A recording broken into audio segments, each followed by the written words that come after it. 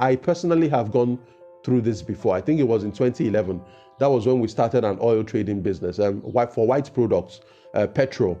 And we took out a loan from the bank.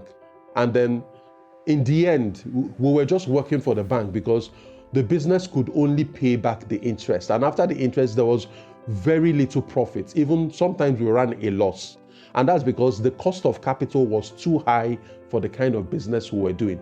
We were not doing enough volumes to justify a large enough turnover that would assure us a profit.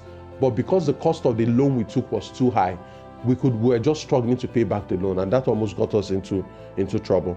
The fifth factor you need to consider is the use of the capital. What are you going to use that money for? And this is important because what you use the money for would play a role in whether that money helps you or hurts you. Every big thing starts small. It's a natural law. Every big multinational corporation was once a small business. Welcome to the Small Starter Business Podcast, a unique podcast for practical tips and advice to help you start, grow, or turn around your business. Welcome to another exciting episode of the Small Starter Business Podcast. I am your host as usual, John Paul Iwuoha. Today's episode is about a very important topic that resonates with a lot of entrepreneurs, and it's about capital. I'm going to be talking about 7 important things you need to consider before you take money from an investor, a bank, or anybody it is who is willing to give you money to invest in your business. Now, the reason this is important is that all money is not the same. So 2 people may raise $100,000 to start a business. But yes, while that money in amount is the same, it's still the same dollar, but the terms of the deal, the nature of the capital, who is giving the money to you, and a couple of other factors are very important. So you may receive money from a bank or an investor, but the terms of that deal, the nature of the money that you receive can actually help or hurt your business. And this is going to make a lot of sense to you as I start to get into the details of this episode. And capital is really important because whether you're trying to start a business or you're trying to grow or scale a business or you're trying to turn around the business, you're going to need capital. There are a lot of people who have amazing business ideas. They have exciting dreams. They may even have a prototype. They have a business plan. But the only thing standing in their way is they need money. They need funds to make it happen. There are also people who have started a business, but the business is still small. The business is still stunted and stuck. And that's because they don't have the capital that's required to grow, scale that business, and take it to the next level. There are also businesses that have existed for a long time. Maybe it's a legacy business or a family business, but the business requires money to be turned around. Maybe it's in a flailing market, or it needs to explore different options, or it needs to diversify or enter new markets. And then, you need capital to make that happen. Whatever the reason why you need to raise funds, it's very important that you listen to the 7 factors I'm going to be discussing in this episode, because this could actually save you and your business. Because I've seen several times where somebody raises money and that money actually leads to the crashing of that business. And that's because that's bad money. All money is not the same. There's good money and there's bad money. So the essence of this episode is to help you identify the good types of money and avoid the bad types of money. And by the time I start to discuss this, it's going to make a lot of sense to you. So let's start with the first factor you need to consider. The first factor is the stage of your business. So the stage of your business will play a big role in the kind of funding you can access, the amount of funding you can access, and the type of terms you're going to get. So essentially, what do I mean by a stage of business? There are 4 main stages of business. No matter what type of business you run, no matter the type of industry you are, there are 4 stages every business must go through. And if you're listening to this episode, it's very likely you already belong to one of those 4 stages. The first stage is the idea or pre-startup stage. So at this stage, all you have is an idea, or maybe you have a prototype, or a plan or something. But the essential thing is that you have not yet started the business. You may have an amazing idea, you may have the prototype of the product, but the defining criterion here is that you have not yet started the business. You haven't yet gone live. What that means is the capital you're looking for is called seed capital. It's money that you need to get started. And what that means is that you'll be limited in the amount of money you would be able to raise. No serious investor is going to be giving you a lot of money at that stage, because at the idea stage, you're still very risky. So anybody who is giving you money is just giving you some money to test that your business has potential. So if you are still in the idea stage and you're looking to raise $10 million or $100 million, unless you have a track record of previous business successes, or you are working with or it's a major project that requires a major burst of capital, no serious bank or investor is going to give you large sums of money to start your business. They will only give you a smaller amount, seed capital, usually between the range of anything from $1,000, sometimes up to 200, sometimes up to 200 or 250. It's also not strange to see up to $1 million for seed startups. And then if it's like a major construction project or things like that, it may get more. But you need to understand that being in the idea or pre-startup stage will limit the amount of funding potential investors can actually give you. The second stage after the idea or pre-startup stage is the startup stage. So at the startup stage, you have transformed from an idea into a real life business. And what does a real life business mean? It's actually it's either you're producing the product you're going to sell, or you're actually selling the live product or service. So in agriculture, for example, if you've already cultivated the land, even though you've not started selling anything, you're already a startup. If you're into retail, it doesn't matter if you're selling from the trunk or the boot of your car, or from your bedroom, or from a mall. As long as you're open for business and you're selling, you're also a startup. So startups are risky. They are just a bit less risky than idea stage businesses. But at the startup stage is a stage where a lot of businesses crash and die. And that's because it's the startup stage where your business gets validated. By validation, I mean it's at the startup stage we actually find out if the market really wants that thing you are selling, whether the market is actually willing to bring out money and spend on your product or your service. So that is why a lot of startups actually die. So at the startup stage, the money you need, the capital you need to raise is just capital to help you survive, to keep the lights on, to be able to run your business. And the limiting factor for startups is that at the startup stage, the market really doesn't know you. So you're struggling with marketing and sales. You're struggling to get new customers. You're also struggling with the production side of your business to get things up and going. So at the startup stage is when you get additional funding for usually Series A, sometimes Series B.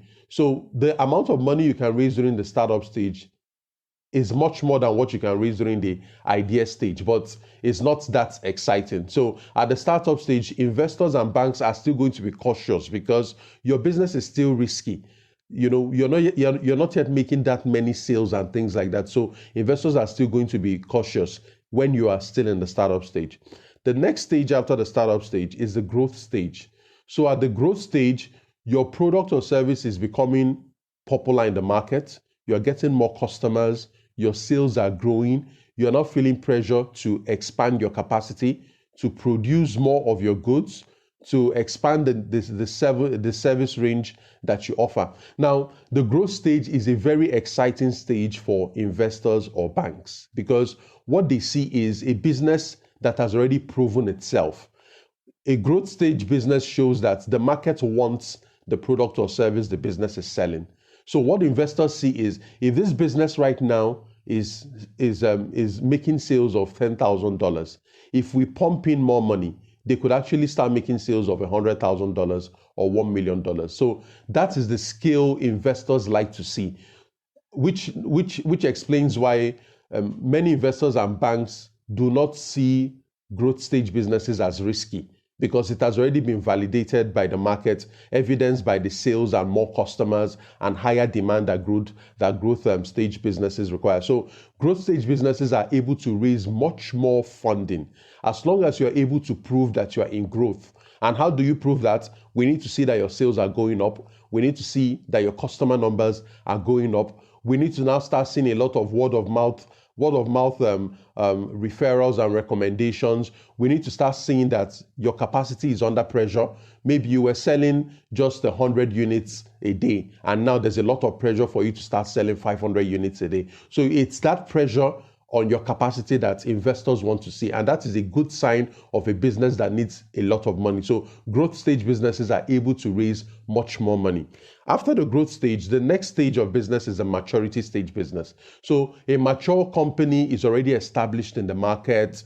Its performance is a bit more predictable. So almost all the big brands you know today are already mature. So they've almost exhausted the limits of the markets that they are in, and they can easily predict how much sales they are going to make next quarter or next year.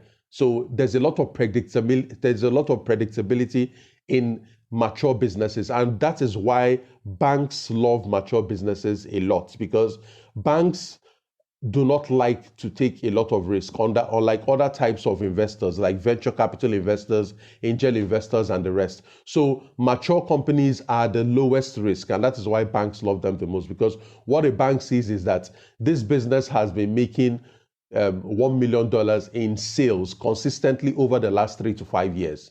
So there is reason to believe that performance will continue. The other type of mature businesses that require a lot of funding is mature businesses that need to be turned around. So one thing I didn't mention is that most times when a company becomes mature, they really don't need funding. They are already raising a lot of money from the profits that they are making, from the cash that they're generating. So it's unlikely that you will see a mature company that needs a lot of money, because they're already generating a lot of internal cash themselves. But when a mature company needs money, it's usually for either of two reasons. Either they want to expand beyond their current market, maybe enter a new market, or they're trying to diversify into new product ranges and things like that. Or they're trying to turn around the business. So the business is no longer performing as it used to, and now they're trying to turn it around and resurrect it, from actually failing. So these are the four ranges. It's either you're in the idea pre-startup, or you're in the startup stage, or you're in the growth stage, or you're in the maturity stage. And from what I mentioned, most investors and funding sources prefer the growth stage and maturity stage businesses because they are the lowest risk. And because they're the lowest risk, they're able to raise much more money. But idea stage and startup stage businesses still have a lot of risk in them, which is why investors are usually cautious and don't really give them a lot of money. So they just more or less try to limit the risk that they are taking by giving them smaller amounts of money. So that's it for the first factor you need to consider. Your stage of business is going to affect your ability to raise funding. The second factor you need to consider is the source of the capital. Like I mentioned at the very beginning of this episode, all money is not the same. The source of capital is important because who you take money from would affect a lot of factors, especially the terms on which you're taking that money.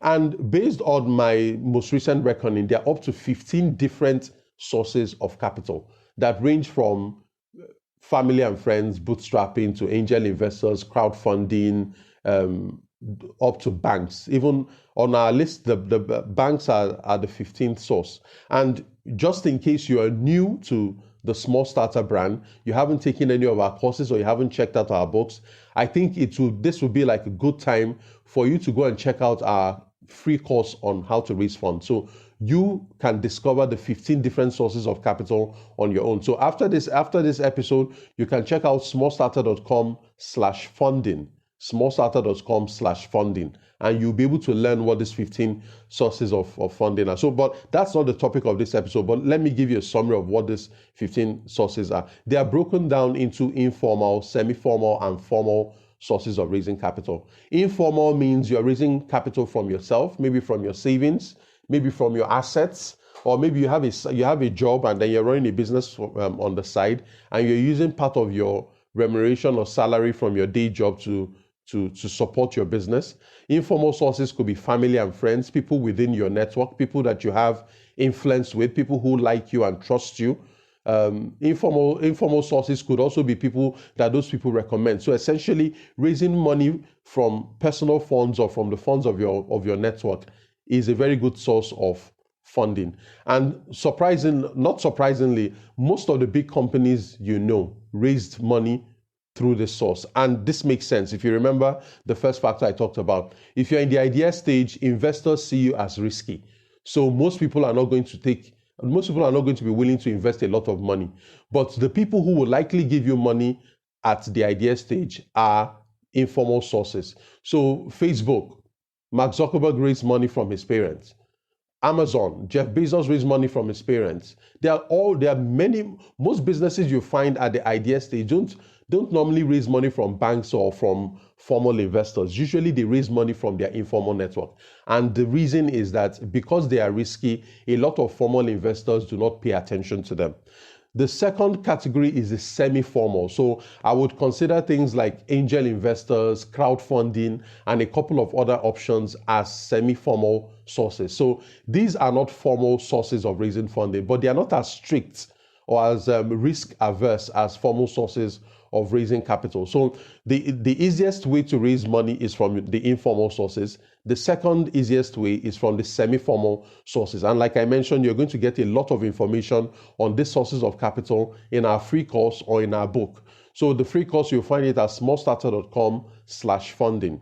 Then the formal sources of raising capital. The benefit of using formal sources is you can raise a lot of money from formal sources of capital, whether they are venture capital, private equity, international development funds, private placement, banks. All these formal sources can give you a lot of capital because they have deep pockets. But the downside to formal sources of capital is they usually have rigid procedures. It's not as easy to raise money from private equity as it is to raise from family and friends or from an angel investor. And that's because they have rigid criteria that you need to go through. And then they also have a way to assess risk. So unlike your friends and family who will give you money because they know you and trust you, a private equity firm will be looking out for certain things. They're going to do their due diligence. For formal investors, documentation is very important. You may not need a business plan to raise money from family and friends, but I can guarantee that if you're going to raise money from an international development fund or from a bank, you need to have your business, things like a business plan, your pitch deck. They are going to do due diligence. They will need to see your finances, your financials, historical financials. They want to see evidence. They want to see your bank statements and things like that. So while you can raise a lot of money from formal sources, it actually takes more time and there's usually a more rigid process. So like I mentioned, after you listen to this episode, go check out smallstarter.com/funding for you to learn more about the different sources of capital. But the piece of advice here is the source of capital you raise money from would influence how much money you can raise, how much time it will take you to raise that capital, and the kind of terms and processes you go through before you get that money. The third factor you need to consider is the type of capital, and this is really important. The type of capital you raise can make or break your business, and I will explain because there are three major types of capital. So when somebody tells you they raised $100,000, what type of capital did they raise? Is $100,000 equity? Is it debt, or is it a freebie? And let me explain. Equity is one type of funding, and what equity means is a person gives you money in exchange for a share of your business. So if I give you $100,000, it might be for 30% of your company, 40% or 60% of your company. That's what equity is. Equity means I'm giving you money in exchange for a share of ownership of your company. Now, of course, there are upsides to that. The upside to equity is that equity is patient. I don't expect to get back that money this year or next year. Equity is going to last. It's patient. There's no pressure to pay back. So you're not going to be paying me back depending on how you structure the equity deal. The equity deals are usually long-term. The downside to equity sometimes is that you now have somebody who is a major influencer in your company. They now own a part of your company. They're going to be playing a role in key decisions. and things like that. So it all depends on what you want. If you want to give up some measure of control or share ownership and things like that, equity can have its advantages and disadvantages. But its biggest advantage is that it is patient capital.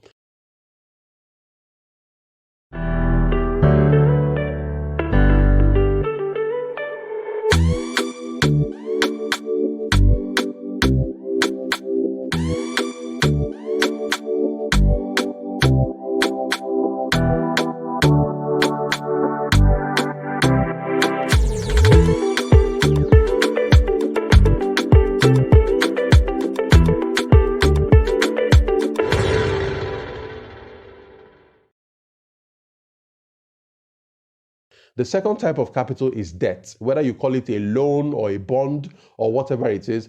What debt means is that I am giving you money and I expect you to pay me something in return. Usually it is interest. So I give you $100,000 and I expect you to pay me an interest of say 5, 10, 20, 25%. This is how the banks operate. The bank gives you money. They don't want a share of your business. What they want is their interest. So essentially you can tell that the disadvantage of debt is that debt is not patient. And this is dangerous for a young company. What a young company needs is capital that is patient because it is still finding its feet. If you're an idea stage business, you need time to be able to build up the business, get new customers and things like that. If you're a startup business, you need time. You don't need that kind of pressure, that debt will put you under, especially when you're not making that much sales to be able to generate enough cash to pay back the loan. So the type of capital you raise, very important because it can make or break your business. The third type of capital is freebie. Now, why I call it freebie is that this is money that the giver does not expect you to pay back. So freebies could be grants. There are a lot of organizations that are grant making. So what a grant means is that I'm giving you this money. I don't expect you to pay it back. I don't want ownership in your business, so it's not equity. I don't want you to pay me interest, so it's not a loan. Essentially, it's a freebie.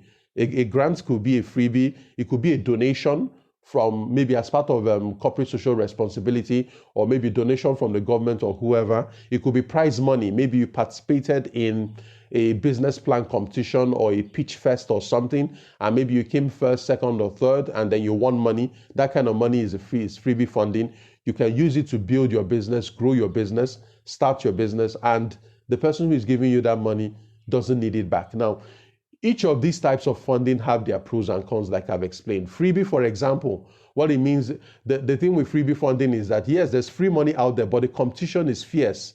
There are a lot of people like you who are looking for that kind of money. And then it takes time to compete in competitions or to apply for grants and things like that. So this is time you may actually use to build your business. So there's always a give and take. There is no 100% foolproof option, but it's just that the stage of your business will determine the kind of equity you will take. For example, if you're in the idea stage, what you need is somebody who will invest equity. Because if that idea doesn't work and you've taken out a loan, you must still pay back that money. But if the money is equity, the nature of equity means that if the business doesn't work out, you don't owe the investor anything. But if the money is a loan, whether your business succeeds or fails, you have to pay back that money. So the type of capital you raise, very important. And this is an area where I notice a lot of entrepreneurs do not have a good understanding that there are different types of capital. That $100,000 may not be $100,000 depending on how I give it to you. I could give you $100,000 as equity, or I could give you as debt, or I could give you as a grant. And the type of capital makes a big difference.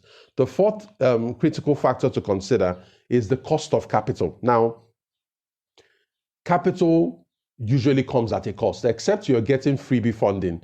Maybe you've won a grant, or you got a donation, or you won prize money. But if it's equity or debt, it usually comes at a cost. And the thing about this is there are usually obvious and hidden costs. So maybe at this point, let me explain. For equity, it might be straightforward. The cost of equity is the return the investor is looking for. But in the immediate term, it doesn't put you under much pressure, except you have made an agreement to pay out dividends on maybe a quarterly or yearly basis or whatever it is. But usually cost of capital is more prominent in debt, in loans. And with loans, they're usually obvious and hidden costs. The most obvious one is the interest. When you take out a loan, the person who is giving you that loan will want interest. Now, the lower the interest rate, the better for you. The higher the interest rate, the worse for you. Now, interest rates are the most obvious, but there are other hidden costs in debt, in loan deals that a lot of people don't pay attention to. There are things like management fees. So how much is the management fee? Sometimes the giver of the loan, the lender may have a fixed percentage or a fixed amount of money, that will be charged as management fees. Is it going to be a one-time charge, or will it be charged every year or every month or something? You need to find out, because sometimes these things they're not hidden they are there in the contract, but most people just pay attention to the interest rate and they don't look at management fees. Are there any application fees? Are they asking for anything for insurance, notary, legal fees? All these things may be small amounts, but they may, amount to much. So you need to pay attention to the cost of capital. One common way I see businesses crash is you see a startup business that is struggling to grow, it's still trying to sort out its marketing and sales, trying to get more customers. And then this guy goes to take out a loan from a bank at a very high interest rate. And the problem with taking out that high interest rate is that the business struggles to pay back the loan. I personally have gone through this before. I think it was in 2011. That was when we started an oil trading business for white products, petrol. And we took out a loan from the bank. And then in the end, we were just working for the bank because the business could only pay back the interest. And after the interest, there was very little profit. Even sometimes we ran a loss. And that's because the cost of capital was too high for the kind of business we were doing. We were not doing enough volumes to justify a large enough turnover that would assure us a profit. But because the cost of the loan we took was too high, we were just struggling to pay back the loan, and that almost got us into trouble. The fifth factor you need to consider is the use of the capital. What are you going to use that money for? And this is important because what you use the money for would play a role in whether that money helps you or hurts you. So essentially, when you get an investment from an investor or from a bank, there are two major uses of capital. You can either use them for fixed costs, which are usually called capital expenditure, or you can use them as working capital, which is also called operating expenses. So capital expenditure will be things like, capital expenditure amounts to tying down capital. So what I mean by tying down capital is use it to buy something or to build something that is not really actively generating sales or income for the business, but is good for the long-term viability and capacity of the company. So for example, you take out a loan, you buy equipment, you lease a factory, or maybe you go and buy land with the money, or you buy company cars. That is capital expenditure.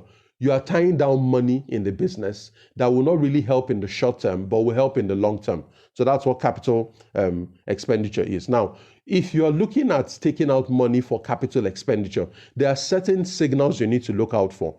The first will be, yes, you could get equity or debt, or you could get equity. Equity is best for capital expenditure. Better still, you get a grant or you get freebie funding that's large enough, good for you. But equity is really good for capital expenditure. Why? Because equity is patient capital. Equity takes a long-term view. And since you're investing these things in things that are long-term, assets that are long-term, there's a match. There's also a way you can take out debt to take care of capital expenditure, but there are conditions you need to look out for in that debt. The interest rate needs to be low. If the interest rate is high and you're investing the money in capital expenditure, you're going to bleed a lot of money in your interest payments. Another thing to look out for is a long term, the tenor of the loan, the duration of the loan. The longer the duration of the loan, the better for you, because since you're investing the money in a long-term asset, it makes sense for the duration of the loan to match or nearly match the assets you're buying. Another very critical thing to look out for when you're taking out, if you're going to take out a loan to invest in capital, to invest in fixed costs or capital expenditure, is that your business has the cash flows to pay back. Sometimes a business takes out a loan with the anticipation that they will make money. Now, a bank doesn't want to know, a bank is not interested in your level of optimism. What they want is the raw cash. And one of the expectations of debt is that you have to start paying back that money, either in in installments, or you start paying back the interest portion or whatever terms you got on the deal. So if you're going to take out a loan for capital expenditure, make sure you have the cash flows in your business, that enough money is coming in that you can use to pay back the loan.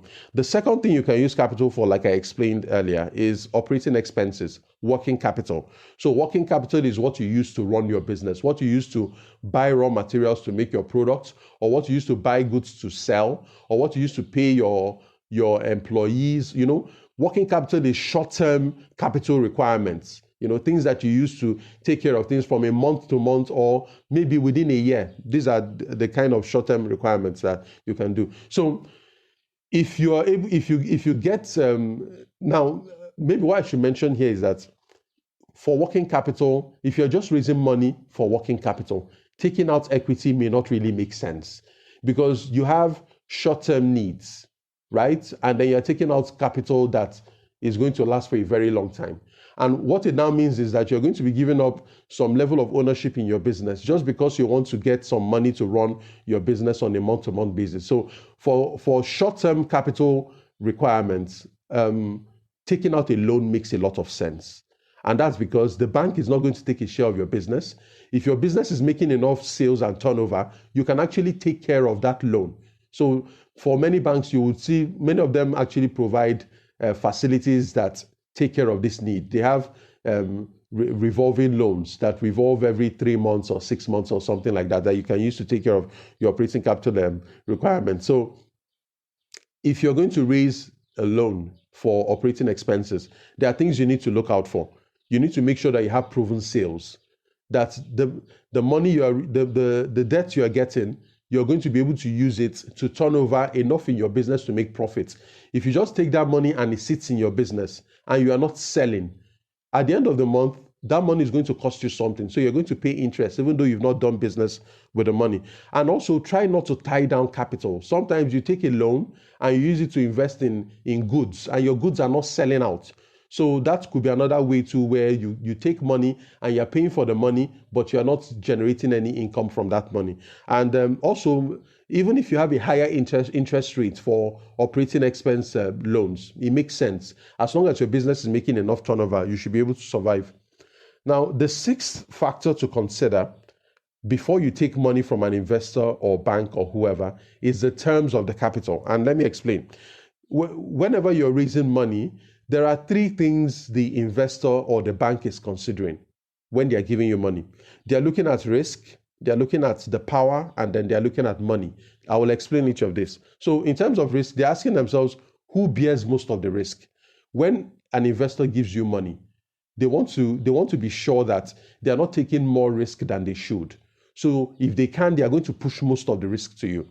If the bank can, they're going to push most of the risk to you. So for example, when you take out a loan from a bank, there's a reason they ask for collateral. And what collateral does is it insures them from the risk that you will lose the money.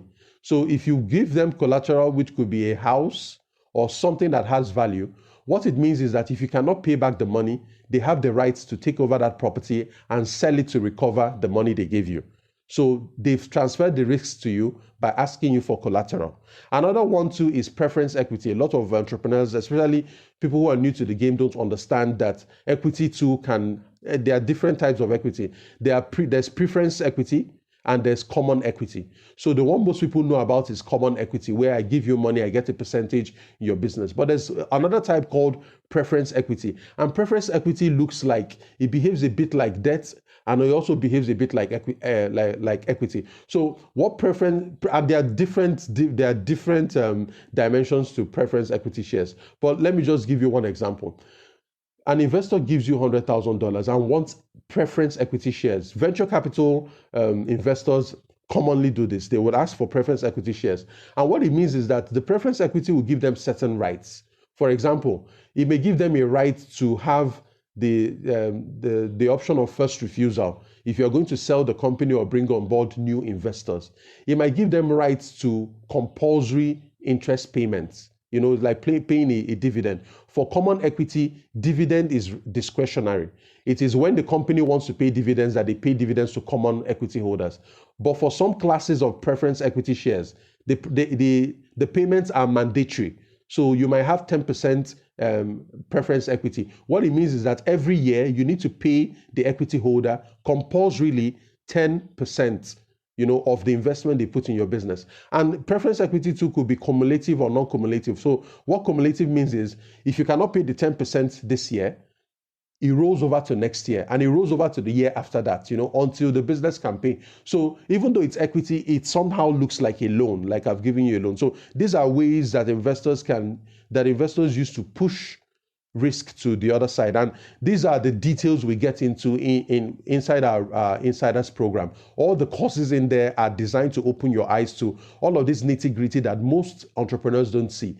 Entrepreneurs just see the money. I just raised $1 million. I just raised $10 million. But the terms of that deal could actually hurt your business. And this is why I prefer to focus on this, because the devil is always in the details and most people are blind to the details. Another way investors could push risk to you is convertible debt. This is very common in early stage investments, especially angel investors use this a lot. So here's what it means. If you want the investor to give you $100,000 in equity, but what the investor is saying is that I'm going to give you the $100,000 because you're an idea stage business or because you're a startup, I'll give it to you as convertible debt. So right now, the $100,000 I'm giving to you is a debt. You have to pay it back and pay it with interest.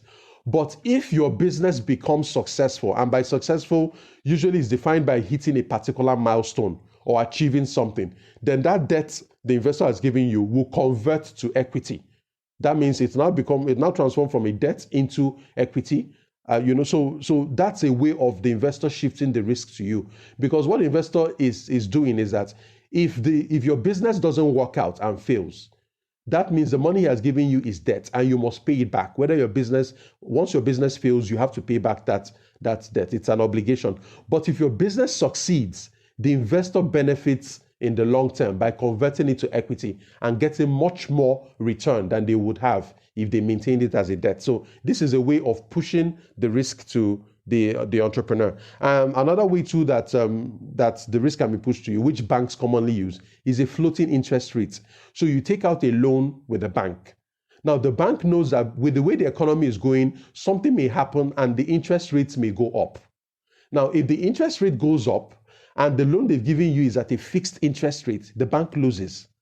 But by giving the loan to you at a floating interest rate, what the bank has done is, if the interest rate changes, that means automatically it will apply to your loan, and then the bank makes the extra money that they will. So you have to check out, you're getting a loan for $100,000. Congratulations. But is it at a fixed interest rate or is it at a floating interest rate? These are things you need to look out for. Who is bearing most of the risk?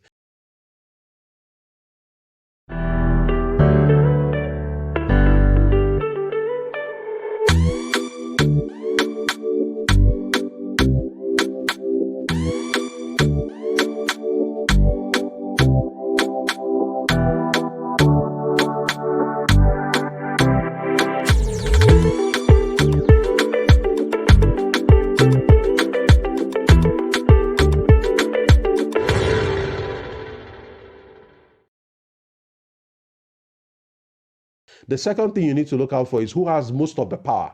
So power too is important when it comes to equity investments, because we're talking about money here. And there are some interesting ways investors can get more power for themselves. They can negotiate a higher shareholding. So for example, if they negotiate more than 50%, I give you $100,000 and I get more than 50% of your company. In many businesses, that may mean that the investor has control. And what control means is that they own the company. They can actually fire you. If they don't like your performance, they can fire you, they can fire your team, they can hire somebody from the outside to come in and run the business. That is essentially what power means. And they got that power because they gave you money. And they got that power because of the terms that they got as a result of the deal. So this is where negotiation comes in. But you cannot negotiate if you don't know what you're looking for. You cannot negotiate if you don't understand the dynamics of the terms that the deal you're taking would influence and impact on your business. Another way investors can do this will be, some investors may ask for 1 or 2 or 3 seats on your board. Now, the board of directors is the place where the major decisions are done.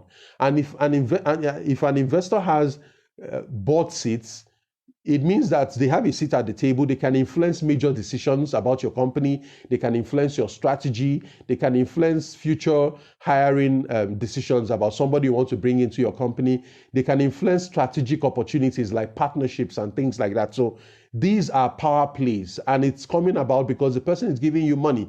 So many entrepreneurs are focused on the money that they want to raise, but they don't see the power play that sometimes the investor is trying to get. And when you understand this, you understand that you're not just raising money. You're also you're also getting somebody into your company that may influence or control the future direction of your company. Other ways investors can take on more power is voting rights. For example, the preference shares I talked about before can have oversized voting rights. These are things you need to understand. And then, of course, the terms of the deal will also affect money. Every investor or bank will want to make more money. That's essentially why they're giving you their money. But the terms of the deal can skew how much money they make. So, for example, ownership is one way. If I give you equity, the more percentage I get in your business, the more percentage of the profits I'm going to keep when your business makes money. There are also other clauses that can be built into the terms of the deal. Things like anti-dilution rights. So let me just give you a summary. So anti-dilution rights means that you're just starting your business and I've given you $100,000 for 30% of your business. Now in 2 years' time, your business has grown, but you need more money. And then this new investor comes on and wants to give you $500,000 for 40% of your company. So what anti-dilution rights does is, if the first investor who gave you $100,000 has anti-dilution rights, what it means is that even though the new investor is coming with bigger money and is asking for 40%, you cannot touch the percentage of the first investor because he is immune to dilution. He got an anti-dilution right in the terms of the deal he gave you. So you know what that means? All that 40% for the second investor will come only from you. The first investor will maintain his equity ownership untouched. Now, if you do not understand the implication of this when it comes to how much money you can make and stuff like that, what it means is that the lower the percentage of your company you have, the lower the percentage you will get from the profit it makes. So this is a bit of power play, but it's also a bit of money play. Liquidation preferences. I'm not sure I want to go into this, but let me just give you an idea. What liquidation preference means is that an investor invests $100,000 in your business today, and then in 3 or 4 years' time, you've become so successful that a big company wants to buy you out for 10 million. What liquidation preference means is that depending on how it is couched, the first investor would have the right to take out a multiple of the money they give you the first time. So the big company wants to buy you out for $10 million. The first investor who gave you money will have the rights to take their money first before the rest of the money can be shared, before you can even touch it. And sometimes you can have liquidation preferences that are 5 times, 10 times, 3 times, 2 times of the original money. So these are just a tip of the iceberg of some of the details we go into inside the exclusive training in our Insiders program. So if you're listening to this and you remember, this is part of the roadmap courses, and it's part of those important areas you need to look out for before you actually sign a deal with potential investors. Most entrepreneurs don't know this. They just look at the money. Maybe they look at the interest rate or they look at the equity percentage, but they don't look into the nitty-gritty. And these are some of the things that will make you regret taking that money down the road. So we're now down to the 7th and final thing you need to consider before you raise capital from potential investors. And these are non-capital benefits. A lot of people focus on the money that they're going to get from the investor or from the bank, but not enough people pay attention to the non-capital side. And that's because you need much more than money to grow your business. Money alone cannot make a business successful. Money is an enabler. But there are other things you need. And there are other things you can get from the investors on top of their money. So rather than just take money, there are other benefits you can get that are not financial, but will really help to increase the chances that your company succeeds and grows and becomes successful. Let me share 3 of those things. One of them is expertise.